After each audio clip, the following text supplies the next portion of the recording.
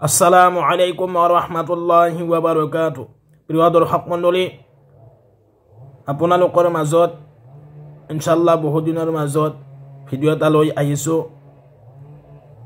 আপোনালোকৰ খবৰ কেনেকুৱা সকলোৱে জনাব কমেণ্ট বক্সত। আৰু আজি আপোনালোকৰ বাবে গুৰুত্বপূৰ্ণ এটা হাদিছ, আল্লাহৰ নবীৰ হাদিছ ইনশাআল্লাহ আপোনালোকৰ ওচৰত দাঙি ধৰিব বিচাৰোঁ।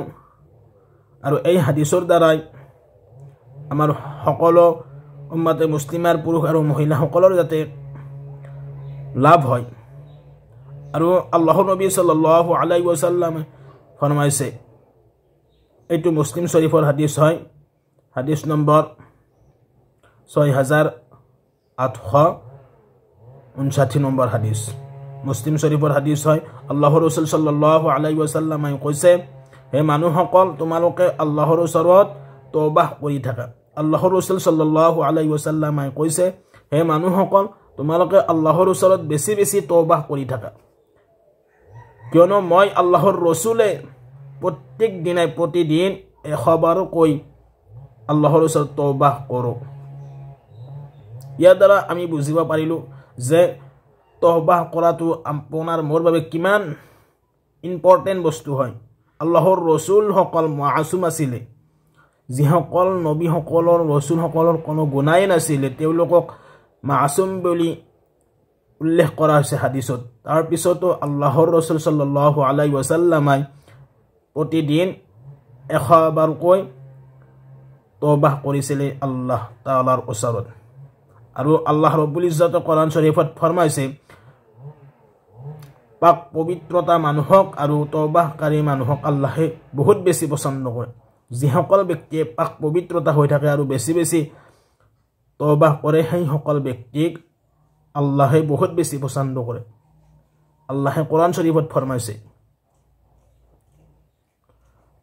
পাক পবিত্ৰতা মানুহসকলক আৰু তওবাহকাৰী মানুহসকলক আল্লাহে খুব বেছি পছন্দ কৰে, বহুত বেছি পছন্দ কৰে। এতিয়া আপুনি মই সকলো গুনাহগাৰ উম্মত হয়। আমি প্ৰত্যেক দিনে কিমান যে গুনাহ কৰিছোঁ। বহুত ব্যক্তিয়ে গোপন কৰি কবিৰা গুনাহ কৰি আছে এতিয়াও, আৰু তেওঁলোকে এতিয়ালৈকে তওবাহ কৰোৱা নাই বা তওবাহ কৰা নাই। বহুত অপৰাধ গুনাহ কৰি আছে, কবিৰা গুনাহ কৰি আছে, কিন্তু তেওঁলোকে অনুভৱ কৰা নাই যে আমি যে এদিন মৰিব লাগিব, মৰাৰ পিছত আমাৰ শাস্তি কি ৰাখিছে আল্লাহে, আমি সেইবিলাক এতিয়াও অনুভৱ কৰা নাই। সেইদিনাখন আমি বুজিব পাৰিম, যিদিনাখন আমি এই দুনিয়া এৰি গুচি যাম। কিন্তু সেইদিনাখন আমি আফচোচ কৰিলেও কোনো উপায় নহ'ব, কাৰণ আমি এই দুনিয়াত থাকোঁতে ভাল কাম কৰি যাব লাগিছিল, তওবাহ কৰি যাব লাগিছিল। কিন্তু আমি দুনিয়াৰ খবৰ আহি আমি যে গুনাহ কৰি আছোঁ, সেইবিলাক গুনাহ কেনেকুৱাকৈ আমি মুচিব লাগে।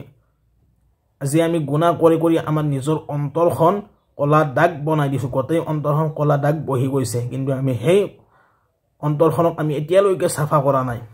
আৰু কোনোবা ব্যক্তিয়ে যদি এনেকুৱাকৈ তওবাহ নকৰাকৈ কবিৰা গুনাহ কৰি কৰি ইন্তিকাল হৈ যায়, তেনেহ'লে তেওঁৰ শাস্তি একমাত্ৰ আল্লাহে জানে কেনেকুৱা শাস্তি হ'ব। কিন্তু কোৰআন আৰু হাদিছৰ দ্বাৰা আমি যিখিনি জানিব পাৰোঁ যে ভীষণ কঠিন শাস্তি আল্লাহে দান কৰিব যদিহে তওবাহ নকৰাকৈ ইন্তিকাল হৈ যায়। সেয়েহে আমি সকলো ব্যক্তিয়ে যাতে প্ৰত্যেক দিনাই বেছি বেছি তওবাহ কৰি থাকোঁ, বেছি বেছি ইস্তেগফাৰ পঢ়ি থাকোঁ, কিয়নো আমি কোন সময় কেতিয়াই গুনাহ কৰি পেলাওঁ কোনো ঠিক নাই। সেয়েহে আমাৰ অন্তৰ কলা হৈ গৈছে গুনাহ কৰি কৰি। সেয়েহে এইবিলাক গুনাহ মুচিবলৈ, অন্তৰখন চাফা কৰিবলৈ আমি কি কৰিব লাগিব? আল্লাহৰ ওচৰত তওবাহ কৰি থাকিব লাগিব। আৰু আল্লাহে কোৰআনত ফৰমাইছে যে মই পাক পবিত্ৰতা মানুহক আৰু তওবাহকাৰী মানুহসকলক বহুত বেছি পছন্দ কৰোঁ। এতিয়া আমি যিমানবোৰ অপৰাধ কৰিছোঁ, গুনাহৰ কাম কৰিছোঁ, এইবিলাক আমি মুচিব লাগিব নে নালাগে? নিশ্চয় মুচিব লাগিব। সেয়েহে আমি তওবাহৰ দ্বাৰাই যাতে আমাৰ কবিৰা গুনাহসমূহ মাফ কৰি লওঁ। আৰু যেতিয়ালৈকে আমি আল্লাহৰ ওচৰত খালিছ তওবাহ নকৰিম, তেতিয়ালৈকে কবিৰা গুনাহ মাফ আল্লাহে নকৰিব। আল্লাহৰ ওচৰত কান্দা কটা কৰিব লাগিব। আমি যিবিলাকে ডাঙৰ ডাঙৰ গুনাহ কৰিছোঁ কবিৰা গুনাহসমূহ সেইবিলাক আল্লাহৰ কান্দিব লাগিব আল্লাহৰ ওচৰত অনুতপ্ত হ'ব লাগিব আল্লাহৰ ওচৰত চকুৰ পানী পেলাব লাগিব নিশ্চয় আল্লাহে বহুত ক্ষমাশীল হয় সেয়েহে এই হাদিসটো যাতে বেছি বেছিকৈ আপোনালোকে শ্বেয়াৰ কৰি দিয়ে কাৰণ আমি সকলোৱে গুনাহগাৰ আমি প্ৰত্যেকজন মানুহে গুনাহগাৰ যদি আমি প্ৰত্যেক দিনাই বেছি বেছিকৈ যদি আমি ইস্তিগফাৰ পঢ়ি থাকোঁ আল্লাহৰ ওচৰত তওবাহ কৰি থাকোঁ হয়তো আমাৰ গুনাহসমূহ তেনেকুৱাকৈ আল্লাহে মাফ কৰি দিব পাৰে আল্লাহৰ ইচ্ছা অনুযায়ী